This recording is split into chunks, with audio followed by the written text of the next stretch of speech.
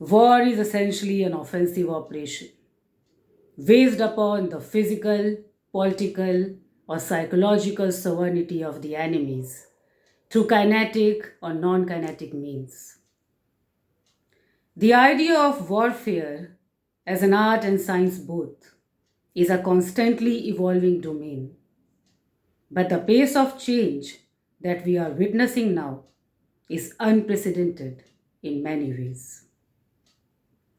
While discussing the information warfare, it is a sort of formal practice to always start with China and its popular Three Warfares Doctrine, published in 2003. But at the same time, we cannot afford to ignore what the former US Defense Secretary, James Mattis, indicated in a speech in 2009 when he said, "Capturing perceptions is the new high ground in today's conflicts, as moral is to the material as 3 is to 1.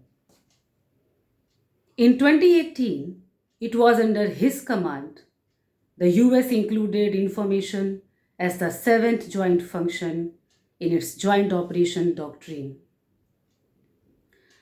Our National Security Advisor, Ajit Doval often talks about these global trends and shift when he says, "Civil society is the new frontier of warfare, and it is the common people, their thinking, their perception, their sense of well-being, their perceptions of their own governments, and everything that can impact the will of the nation is under attack in this new age of information revolution." In the last few months, what India is witnessing seems like a climax of information and psychological warfare.